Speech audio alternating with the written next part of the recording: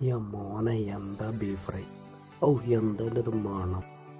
ഇപ്പം നമ്മൾ നല്ല അടിപൊളി ഒരു ബീഫ് ഫ്രൈ ആണ് ഉണ്ടാക്കാൻ പോകുന്നത്.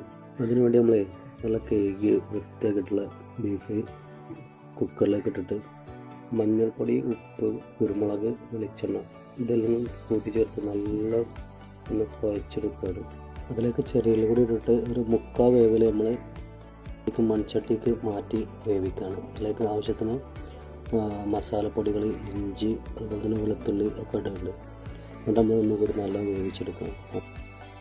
നല്ല വെന്തതിന് ശേഷം നമ്മളൊരു ചട്ടിയിൽ ചെറിയുള്ളി, ജീരകം, ഉലുവ, പിന്നെ കറിവേപ്പിൻ്റെ ഇട്ടാണ് നമ്മൾ നല്ലൊന്ന് മൂപ്പിച്ചെടുത്തിട്ട് ആ വേവിച്ച ഇറച്ചി നമ്മൾ ഇതിലേക്ക് ഇട്ടാൽ നമ്മുടെ ബീഫ് ഫ്രൈ റെഡി ആയിട്ടാവും.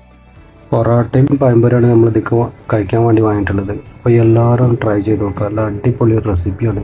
പെട്ടെന്ന് ഉണ്ടാക്കാൻ പറ്റിയ ചെറിയ ചേരുവകളുള്ള ഒരു റെസിപ്പിയാണ്. എല്ലാവരും വീട്ടിൽ ട്രൈ ചെയ്ത് നോക്കട്ടോ. മോനെ എന്താ ബീഫ് ഫ്രൈ! ഓ എന്താ ഒരു മണം! മസ്റ്റ് ട്രൈ ഐറ്റംസ് ആണ്.